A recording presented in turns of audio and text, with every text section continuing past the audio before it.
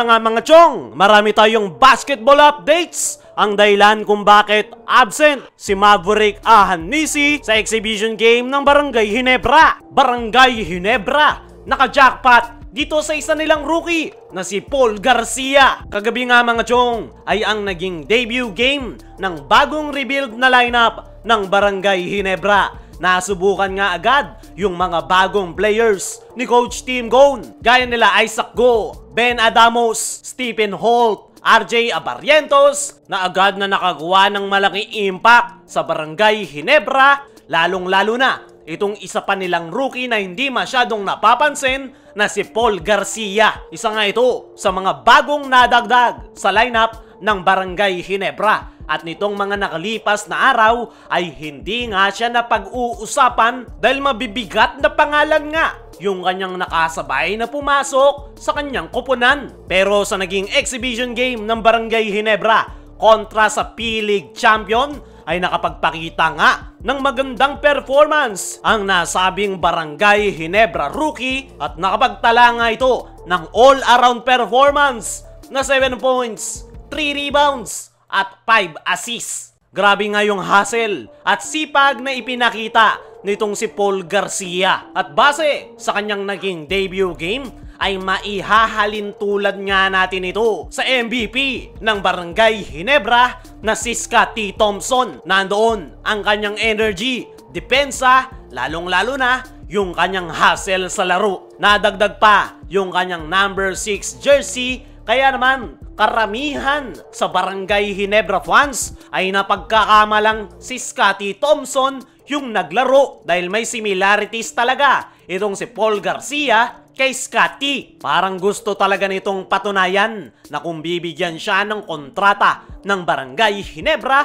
ay hindi niya sasayangin ang tiwalang ibibigay sa kanya ng Ginebra management. Buong-buo nga yung loob nitong si Paul Garcia kahit crucial minute. Hindi ito kabado na tumira at talagang hindi niya sinayang yung opportunity na binigyan siya ng playing time ni Coach Tim Cone. As of now nga mga chong, ay wala pa tayong balita kung napapirma na ng Barangay Ginebra itong si Paul Garcia. Pero sakaling hindi pa ito pinapapirma ng Barangay Ginebra, ay panigurado maraming teams ang magkakandarapang kumuha sa nasabing rookie. Pero malaki nga ang chance na napapirma na ng Ginebra itong si Paul Garcia.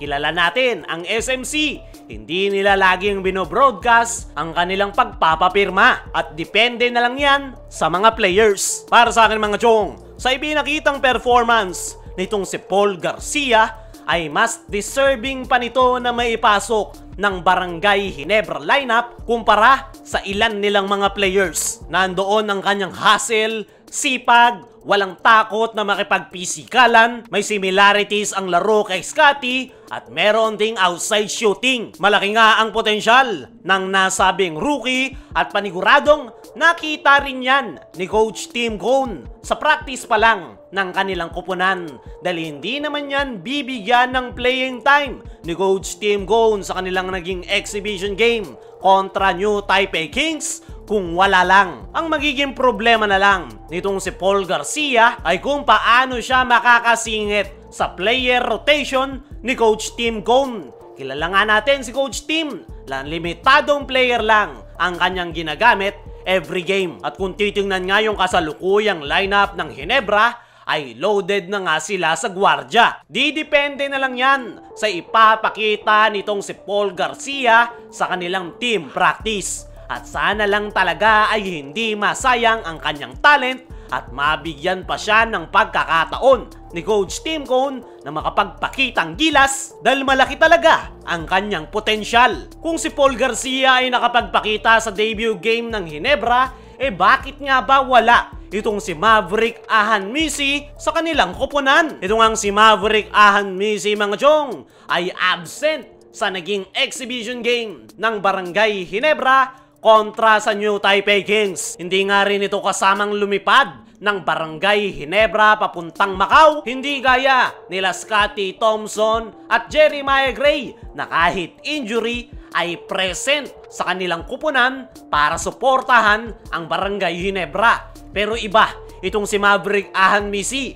Wala naman itong iniindang injury pero no show sa kanyang koponan. Kaya naman, maraming Barangay Ginebra fans nga ang nagtatanong, nasaan si Maverick Ahan Misi? Bakit hindi ito sumama papuntang Macau? Iti-trade na nga ba ito ng Barangay Ginebra? As of now nga mga chong, ay ang nakalap nating balita patungkol dito kay Maverick Ahan Misi ay kasalukuyan nga itong nasa Pinas. Pero ang palaisipan nga mga chong, bakit hindi ito sumama sa Barangay Ginebra kahit suportahan lang ang kanyang koponan? At dahil nga absent itong si Maverick Ahan Misi ay naging blessing in disguise nga yan sa Barangay Ginebra rookie na si Paul Garcia na nakapagpakita ng magandang performance. Kaya naman, marami ang nananawagan sa Ginebra management na si Paul Garcia na lang daw ang ipasok sa Ginebra lineup at i-trade na lang daw si Maverick Ahan Misi. Sa ngayon ay sinusubukan pa natin kumalap ng impormasyon kung bakit absent itong si Maverick Ahan Misi.